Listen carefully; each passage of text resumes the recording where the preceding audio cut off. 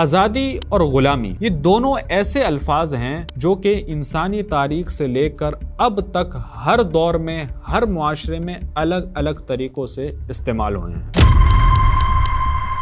مطلق آزادی اور غلامی میں بذات خود کوئی اچھی یا بری چیز نہیں ہے۔ مسئلہ یہ ہے کہ غلامی کس کی، مخلوق کی یا خالق کی؟ خالق کی غلامی تو انسانیت کے لیے شرف کا باعث ہے، اس لیے ہر آزادی اچھی نہیں اور ہر غلامی کو برا نہیں کہا جا سکتا۔ جب تک انسانی معاشرے اپنے خالق و مالک خدا تعالیٰ کی غلامی میں داخل رہتے ہیں، وہ اللہ کے دیے ہوئے دین فطرت کی پابندی کرنے کی وجہ سے امن اور خوشحال رہ سکتے ہیں، اور جب خدا سے بغاوت کر کے انسانوں نے خدا کے دیے ہوئے فطری اصولوں کو پامال کیا تو انہوں نے ہمیشہ اپنا ہی نقصان کیا۔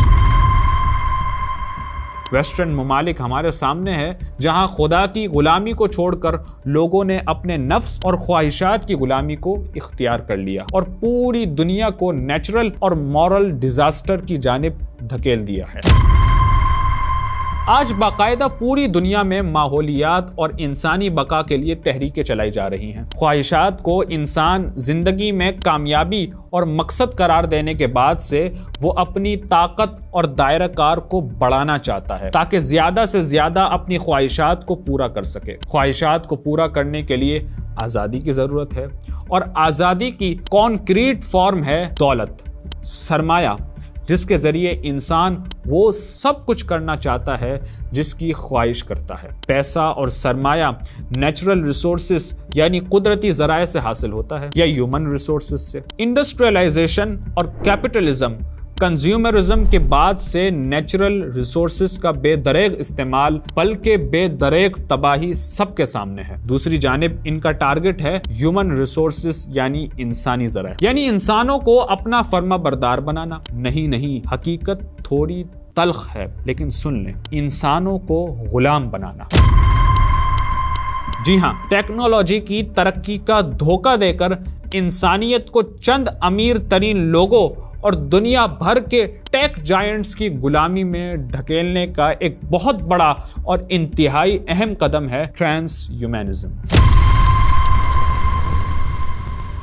ٹرانس ہیومنزم پر یقین رکھنے والے لوگ یعنی کہ ٹرانس ہیومنسٹ اس پوری انسانیت کے ساتھ کیا کھلواڑ اور مذاق کرنا چاہتے ہیں اس کے بارے میں ہم اندازہ بھی نہیں کر سکتے۔ اگر آپ ایک جملے میں اس مذاق کو سمجھنا چاہتے ہیں تو اس طرح سمجھیں کہ ٹرانس ہیومنسٹ چاہتے ہیں کہ پوری انسانیت کو ہیک کر لیا جائے، یعنی کہ تمام انسانوں کو ہیکبل اینیملز بنا دیا جائے۔ Everything we choose is of our own free will.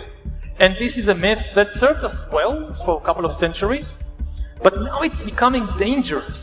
یہ ہے اسرائیلی شہریت رکھنے والے یونیورسٹی آف یروشلم کے ہسٹری ڈپارٹمنٹ کے پروفیسر، سائنسی تاریخی فراڈ نظریہ ایولیوشن یعنی نظریہ ارتقاء کو صحیح ثابت کرنے کی ناکام کوشش کرنے میں سیپینز نامی مشہور و معروف کتاب لکھنے والے، دنیا کی معیشت کو کنٹرول کرنے والا ادارہ ورلڈ اکنامک فورم کے بانی اور فاؤنڈر کلاؤس شواب کے رائٹ ہینڈ کہلانے والے مشہور و معروف ملحد اور ٹرانس ہیومنسٹ یوول ہراری، جو کہ اپنے ملحدانہ عقائد اور نظریات کو ظاہر کرتے ہوئے یہ کہہ رہے ہیں کہ انسان اب ہیکبل اینیملز ہیں۔ یعنی پہلے جو سمجھا جاتا تھا کہ انسان اپنی مرضی کے مطابق فیصلے کر سکتا ہے، انسان کسی کو بھی بتائے بغیر الیکشنز میں ووٹ دے سکتا ہے، مارکیٹ میں جا کر کچھ بھی خرید سکتا ہے، انسان کچھ بھی سوچ اور سمجھ سکتا تھا، بغیر کسی کو بتائے کوئی بھی خیال اپنے ذہن میں لا سکتا ہے، انسانی آزادی کا یہ آئیڈیا اب ختم ہو رہا ہے۔ یعنی اب انسان کے خیالات کو، اس کے نظریات کو، اس کے فیصلے کو، اس کی مرضی کو، اس کے احساسات اور جذبات کو ہیک کیا جا سکتا ہے۔ جس طرح آپ کے موبائل فونز کو ہیک کر کے آپ کے فونز میں موجود تمام نجی اور پرائیویٹ چیزوں پر نظر رکھی جا سکتی ہے، اس کے اندر تبدیلیاں کی جا سکتی ہیں، اس میں آپ کا سارا پرائیویٹ ڈیٹا چرایا جا سکتا ہے، اسی طرح اب اے آئی اور ٹیکنالوجی کے ذریعے سے انسان کے اندر پیدا ہونے والے وہ احساسات، جذبات، خیالات، نظریات جو ابھی تک کسی انسان نے ظاہر نہیں کیے ہیں، وہ بھی اب دوسرے لوگوں تک پہنچائے جا سکتے ہیں اور اس کے فیصلوں میں تبدیلیاں پیدا کی جا سکتی ہے۔ یہ کام ٹرانس ہیومنسٹ کس طرح کرنا چاہتے ہیں، یہ ویڈیوز ملاحظہ کریں۔ It's the moment when mass systems of surveillance are established, even in democracies that so far rejected them. And also it's the moment when surveillance goes really under the skin, but even in what's happening inside our bodies, our body temperature, our blood pressure, our medical condition. This was the moment when everything became monitored, that we agreed to be surveyed all the time, not just in authoritarian regimes, but even in democracies. And maybe most importantly at all, this was the moment when surveillance started going under the skin. جی ہاں ناظرین، surveillance under the skin.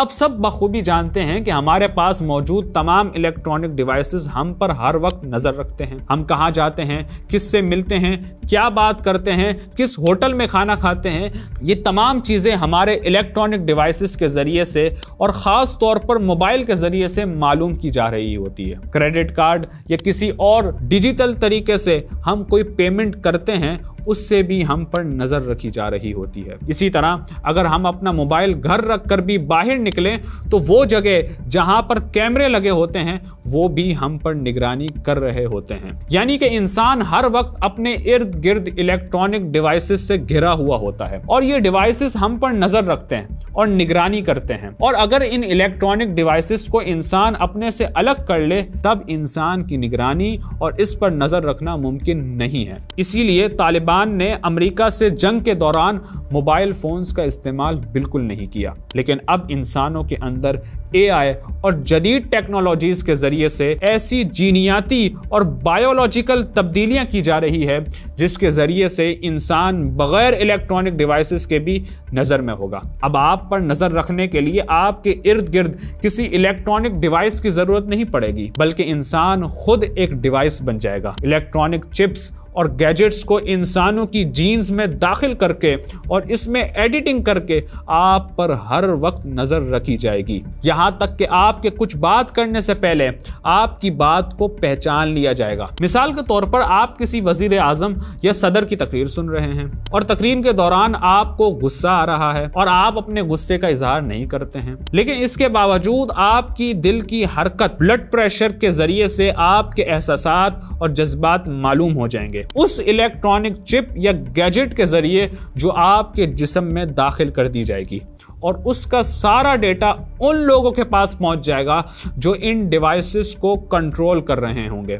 اور یہ بھی ممکن ہے کہ انہی chips اور گیجٹس کے ذریعے سے جو آپ کے جسم میں داخل کر دی گئی ہے آپ کے خواہشات، احساسات اور جذبات کو کنٹرول اور مینیپولیٹ بھی کیا جائے۔ اور اسی کو یوول ہراری دو بڑے انقلابات کا ملاپ کہتا ہے، یعنی اے آئی ٹیکنالوجیکل ریولوشن اور انسانوں میں جینیاتی یعنی بایولوجیکل ریولوشن۔ اور جب یہ دونوں انقلابات مرج یعنی ملیں گے تب پیدا ہوں گے نئے انسان، trans humans. So we had these two big revolutions, the computer science revolution or the infotech revolution and the revolution in the biological sciences.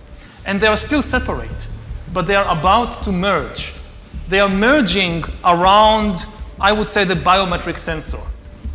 It's the thing, it's the gadget, it's the technology that converts biological data into digital data that can be analyzed by computers. ناظرین، نہ صرف اس کی وجہ سے ایک بہت بڑی معاشرتی تبدیلی پیدا ہوگی کہ جہاں عام انسانوں کو مزید غلامی کی زنجیروں میں باندھا جائے گا، بلکہ پوری دنیا کی معیشت میں بھی بہت بڑی تبدیلی آئے گی۔ اب تک تو یہ حالت ہے کہ انسان دنیا کی تمام چیزوں کی آپس میں خرید و فروخت کر کے مال و دولت کماتے ہیں، لیکن اس ٹرانس ہیومنزم کی انقلابی تبدیلی کے بعد خود انسان ایک پروڈکٹ اور ٹول بن جائے گا، یعنی انسانی اعضاء مستقبل میں آنے والی معیشت کا مرکزی اور مین پروڈکٹس بن جائیں گے۔ یہ ویڈیو ملاحظہ کریں۔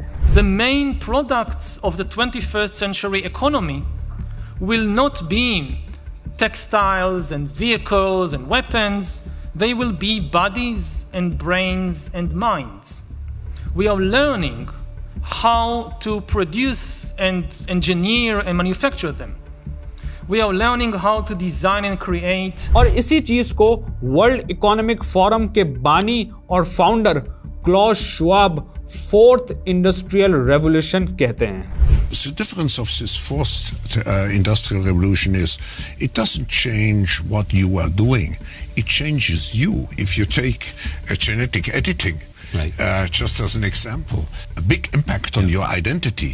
ناظرین لیکن ایک اہم سوال ابھی بھی ذہن میں آتا ہے، وہ یہ ہے کہ جو لوگ اس ٹیکنالوجی اور بایولوجی کے مخلوط انقلاب کی تباہی کو سمجھ جائیں گے اور ٹرانس ہیومنزم کے اس دھوکے کو سمجھ جائیں گے اور مزید اپنے آپ کو ان الیٹ اور طاقتور طبقے کی غلامی میں ڈالنے سے انکار کر دیں گے اور اپنے جسموں میں ان تبدیلیوں کو قبول نہیں کریں گے، ان کا کیا ہوگا؟ کیا ان کے پاس کوئی آپشن ہوگا یا نہیں؟ اس کا جواب یوول ہراری کچھ اس طرح دیتا ہے. Again, I think that the biggest question maybe in economics and politics of the coming decades will be what to do with all these useless people.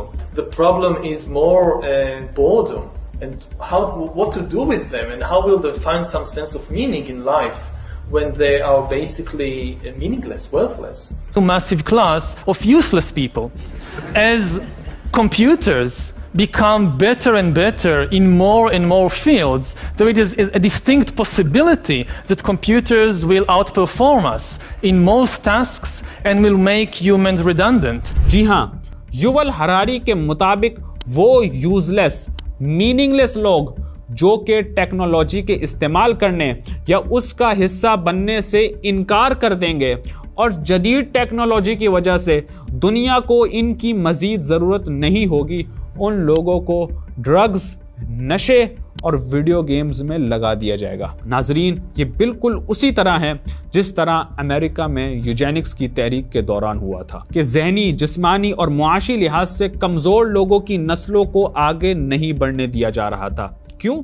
کیونکہ انسانی آبادی کو امپروو کرنا تھا. بالکل اسی طرح ان ملحدین ٹرانس ہیومنسٹ کا ماننا ہے کہ جو لوگ ہمارے نظریات سے متفق ہوں گے ان لوگوں کے علاوہ باقی عام کمزور لوگوں کو نشوں میں لگا کر ضائع کر دیا جائے گا. ٹرانس ہیومنزم کے اس انقلاب کے بعد پوری دنیا کی جو حالت ہوگی اس کو اس مثال سے اس طرح سمجھیں کہ تصور کریں کہ پوری دنیا ایک بہت بڑا ویئر ہاؤس اور گودام ہے اور گودام میں موجود جتنا بھی سامان ہے وہ انسان ہیں اور اس پورے گودام کو چند دنیا کے امیر ترین لوگ کنٹرول کر رہے ہیں. گودام میں کس سامان کی کمی ہے، کون سا سامان زیادہ ہے، کون سا سامان کہاں پڑا ہے، کس سامان کو کہاں رکھنا ہے، کس سامان کی کتنی ضرورت ہے، کس سامان کو ضائع کرنا ہے، یہ سب دنیا کے چند ٹیک جائنٹس اور امیر ترین سرمایہ دار طبقہ کنٹرول کر رہا ہوگا. ناظرین، ٹرانس ہیومنزم کا یہ بھیانک انقلاب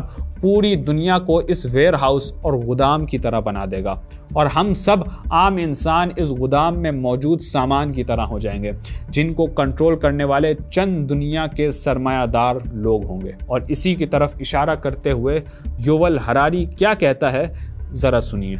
Now humans are developing even bigger powers than ever before. We are really acquiring divine powers of creation and destruction. We are really upgrading humans into gods. We are acquiring, for instance, the power to re-engineer life. یعنی انسان اب خدائی طاقتوں کو حاصل کرنے لگ جائے گا. کس طرح؟ جیسے خدا تمام انسانوں کے بارے میں ہر چیز جانتا ہے، اسی طرح دنیا کے یہ چند امیر ترین سرمایہ دار لوگ اس خدائی صفت کو اپنانے کی کوشش کریں گے اور وہ بھی باقی ساری انسانیت کے بارے میں جب چاہیں گے معلوم کر لیں گے اور ان میں اپنی مرضی سے تبدیلیاں پیدا کر لیں گے. اور یہ سب اس وقت ہوگا جب انسانیت کو ہیک کیا جانے لگے گا اور سرویلنس انڈر دا اسکن شروع ہوگا. لیکن سوال یہ ہے کہ کیا دنیا میں ایسی تبدیلیاں پیدا ہو رہی ہیں؟ جی ہاں، بہت چھوٹی چھوٹی اور معمولی تبدیلیاں اور تجربات کیے جا رہے ہیں. سویڈن میں تقریباً 3000 لوگوں کے ہاتھوں میں چپس داخل کر دی گئی ہیں، یہ کہہ کر کہ اب ان لوگوں کو آئی ڈی کارڈز یا ٹرین ٹکٹس وغیرہ فزیکلی لانے کی ضرورت نہیں ہے۔ اسی طرح جاپان میں ایسے بایونک مصنوعی انسانی اعضاء تیار کر لیے گئے ہیں جو کہ معذور انسانوں کے ساتھ جوڑے جا رہے ہیں اور ان کو بھی ہیک کیا جا سکتا ہے۔ اسی طرح چائنا میں ایک الیکٹرانک انسانی اسکن یعنی جلد تیار کر لی گئی ہے جو کہ انسانوں کے پھٹوں میں یعنی ٹیشوز کے اندر سرایت کر دی جاتی ہے اور پھر اس کے ذریعے انسان کے صحت کے بارے میں ڈیٹا معلوم کیا جاتا ہے اور وہ بھی ہیک کی جا سکتی ہے۔ ناظرین، یہ بہت ابتدائی مراحل کی چھوٹی چھوٹی لیکن انتہائی اہم مثالیں تھیں۔ ایسی اور بہت ساری مثالیں ہیں جس سے ہمیں فیوچر کے اس ٹرانس ہیومنزم کے خطرے کے بارے میں مزید بہتر انداز میں تفصیلات ملتی ہیں کہ کس طرح انسانوں کے جینز اور جدید ٹیکنالوجی کے ذریعے سے انسانوں کو مزید طاقتور سرمایہ دار طبقے کی غلامی میں ڈالنا چاہتے ہیں۔ ٹرانس ہیومنزم کا یہ نظریہ دراصل الحادی معاشی نظام کیپٹلزم کے نتیجے میں پیدا ہونے والا ایک ایسا نظریہ ہے جس کا ایک اہم مقصد یہی ہے کہ پوری انسانیت کو ان کیپٹلسٹ طاقتور سرمایہ داروں کی غلامی میں دھکیل دیا جائے، اور ٹرانس ہیومنسٹ اس مقصد کو پورا کرنے کے لیے انسانوں کو ٹیکنالوجی کی ترقی کا دھوکہ دیتے ہیں۔ اور آخری بات یہ ہے کہ اس سیریز کی پہلی قسط میں ٹرانس ہیومنسٹ کا خواب ہمیشہ زندہ رہنے والا انسان کا جو تذکرہ کیا گیا تھا، اس کے پیچھے ان ٹرانس ہیومنسٹ کا آخر کیا فلسفہ ہے اور اس کا نتیجہ کیا نکل سکتا ہے، اس کے بارے میں ہم اسی سیریز کی اگلی اور آخری قسط میں بات کریں گے۔ آپ کے انتظار کا بہت شکریہ۔